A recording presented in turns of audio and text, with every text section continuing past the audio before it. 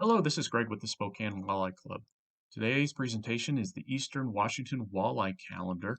This is part one of a three-part series where we talk about a month-by-month breakdown of where our members have had success fishing for walleyes over the last several years. Like I mentioned, this is part one. We're going to talk about December, January, February, and March during this quick presentation. Before we get into the month-by-month breakdown, let's talk about a walleye and how it behaves. In our reservoirs and systems out here in the West, it is frequently the top predator in the food chain, which will dictate where it migrates and feeds. It has schooling tendencies both during the winter months and during the summer months, and the fish will often move in large numbers when it comes to the time of year when it spawns. This migration uh, through the seasons will heavily dictate where we find fish on this calendar. Let's break down the yearly behavior in this color chart, and I've thrown some months of the year on this. The cold colors on this chart are when the water temperatures are the coolest, and then we have warm colors where the water temperatures are the warmest during the summer and into the fall. And water temperatures and also the urge to spawn and where walleyes will feed largely dictate the yearly walleye behavior according to uh, tendencies that I've observed and the books that I've read.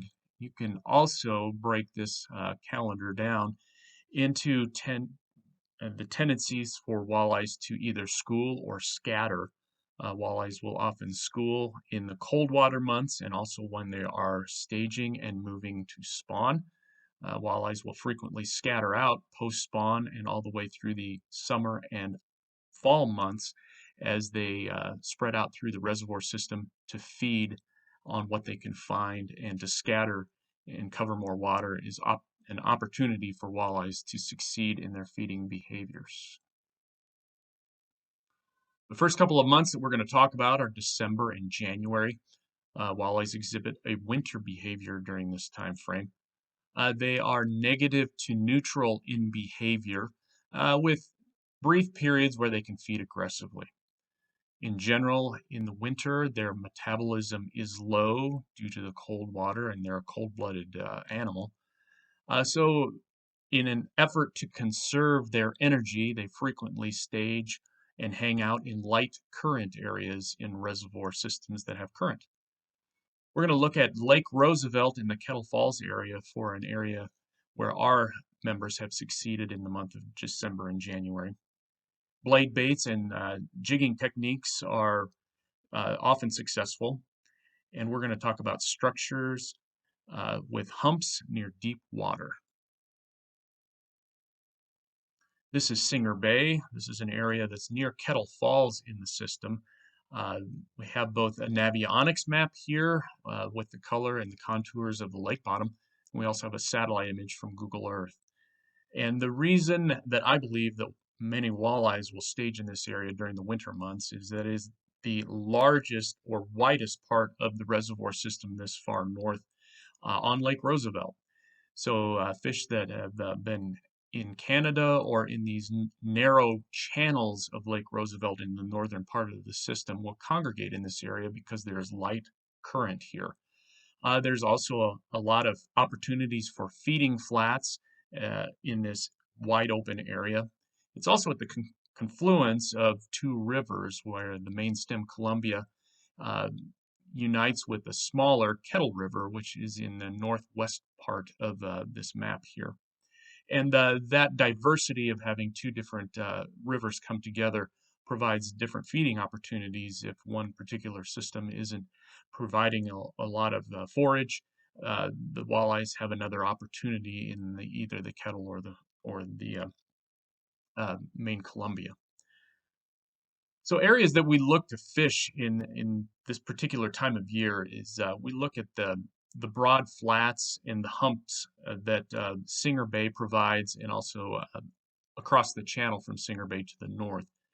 Uh, Walleyes that are aggressively feeding or looking to eat typically can be found on the tops of these humps when the reservoir is at full pool. And these tops of these humps generally peak out anywhere from 25 to 35 feet of water or so. And fishing these humps with blade baits can be particularly successful this time of year, and slow jigging techniques can be utilized as well. When fish are active, they're normally on the tops of these humps, relatively shallow. When fish are neutral or negative, they may slide off to the edges of the humps or may be found in along channel edges, uh, in current breaks, or in areas of little current. Let's talk a little bit about the blade bait. This is a common technique used in the Singer Bay area in wintertime in general. These blade baits here are from a club member who makes them. Travis is the founder of Fisherman's Foundry. He produces these blade baits in a variety of colors to help you succeed in fishing in this part of the country. The four color schemes that I have here are colors that I have individually had success on fishing the Kettle Falls area in the wintertime. And contact Travis on Facebook, and he can set you up with the types of colors of blade baits that can help you fish and catch walleyes throughout the year. In general, I like the size 5/8 to 3/4 ounce. The 5/8 is good for the shallower walleyes that you'll find anywhere from 15 to 30 feet of water. The 3/4 ounce is generally preferred when walleyes are 30 feet or deeper, or when they are in a stiff current kind of area of the reservoir.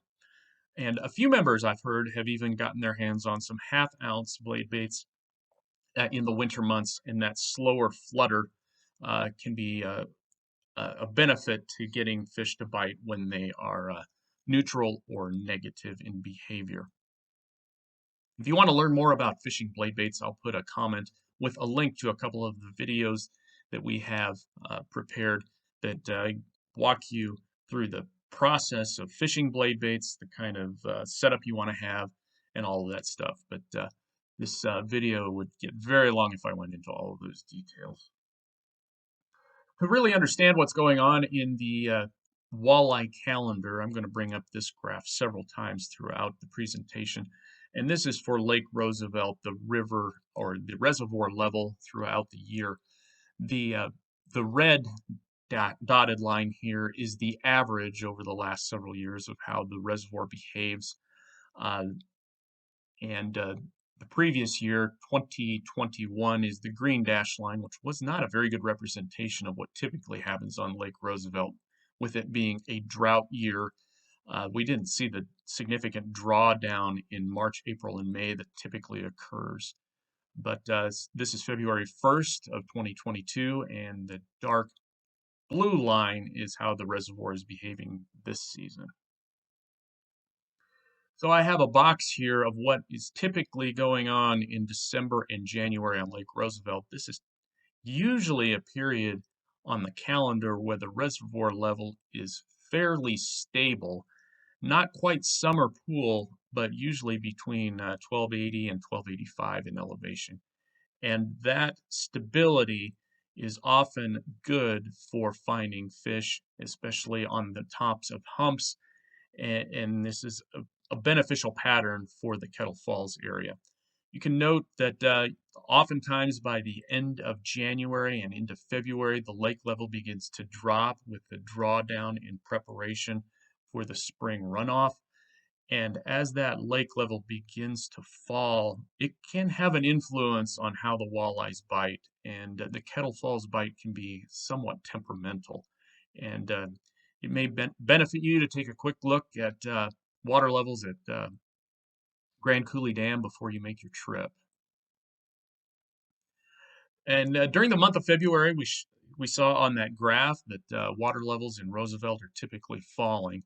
So let's talk about another system that may be a little bit more reliable or stable, and we would be remiss not to talk about Eastern Washington walleyes without talking about the Tri-Cities. So this is also a winter month. The fish are behaving similar down there where they're holding near deep water and they're at the mouth of spawning rivers. So in this instance, we're looking at the mouth of the Snake River where it meets the Columbia near the Tri-Cities. Similar techniques with jigs and blade baits are effective down at the Tri-Cities in the month of February. And we're looking for flats in weak current and humps as well, similar to what we were looking at in the Kettle Falls area. Now, I'll admit to you that I haven't fished this pattern or this area very often. I've been there a time or two in the month of February, and talking to the fellows that succeed frequently down there, the places that they're looking for are areas from the bridges in Pasco south to the confluence of the Snake River. And below the Snake River, there are a series of flats and humps. And this is a pretty large map here. It covers several miles. So there's a lot of walleye water opportunities to find fish with blade baits, jigs, and even slow trolling techniques in the month of February. Before we move away from blade baits, I do want to talk about how I do rig them and the type of line I use. I use 20-pound braided line. My brand of preference is Suffix 832. I tied that to a barrel swivel, and then I have 15-pound monofilament line that I typically use, 2 to 3 foot leader of that, and then I tie it to the snap, which goes to the blade bait. The barrel swivel, I think, is very important, especially if you're casting blade baits. These blade baits can flip around and turn several dozen times before they hit the water. And to help minimize the line twist, it's nice to have that barrel swivel there. And even though braided line doesn't have the memory that a fluorocarbon or a monofilament does, it still is nice to minimize your line twist. And that's how I try to attempt to do that. Let's move on to March. We're talking about late winter or even early spring walleye behavior at this point. Walleyes can still be quite negative or neutral and temperamental. And this point of the year, especially on Lake Roosevelt, we're starting to see walleyes stage for the spawn. It still may be several weeks before the walleyes actually begin spawning, but they will position themselves at the mouth of the spawning rivers. And the Spokane River is a significant spawning point for many walleyes within the system. We're going to talk about Fort Spokane and the areas around there. I like to find fish this time of year by slow trolling techniques to find fish that are active. And once you find walleyes, you can catch them on jigs with a dragging technique, and you can use blade baits as well. So we're going to talk about feeding flats and channel edges as far as structure.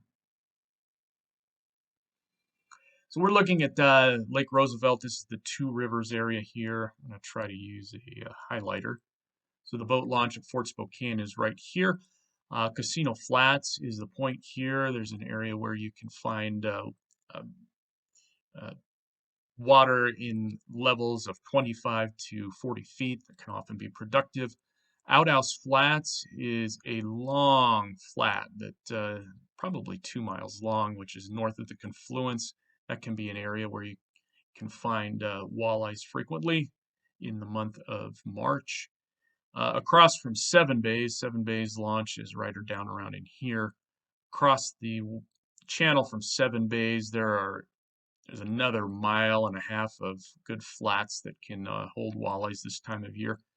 Lincoln Beach over here, Sterling Point, those are also spots that can be productive. And then you also have walleyes as they're beginning to migrate into the Spokane Arm. There's a series of islands here upstream of the launch in the Spokane Arm that can be productive as well. One important note, in the month of March, you can have rain or rapid snowmelt with warm-ups, and the water clarity can really go from good to pretty poor in the Spokane Arm. So that's something to consider if you launch your boat and the Spokane Arm is pretty muddied up. You may look to find water that's a little bit more clear. I've had times when moving just north of the confluence of the Spokane Arm and the Columbia River, can be a productive move to find that clear water. Slow trolling technique that I like to look for at this time of year. I'll usually start in 35 to 50 feet of water. I'm using smile blades, and I downsize that smile blade to some of the smaller versions that are available. I'll use a 2 to 3 ounce bottom bouncer depending on how deep the walleyes are, and sometimes they can be deeper than 50 feet. I'm trying to employ a slow troll. I generally try to be around a half mile per hour, 1 mile per hour at max. And I do like to use the slow death hook this time of year with a half a crawler. It's a smaller presentation. And I think that can be good for catching good eater-sized walleyes that are schooled up near the confluence of the Spokane and the Columbia. So that's going to do it for our first segment of the walleye fishing calendar. If you want to get your hands on some of Blade Baits, and Travis makes a really quality product, visit him on the Facebook page for the Fisherman's Foundry. And if you have any other uh, questions about the Spokane Walleye Club, visit us at the web address below.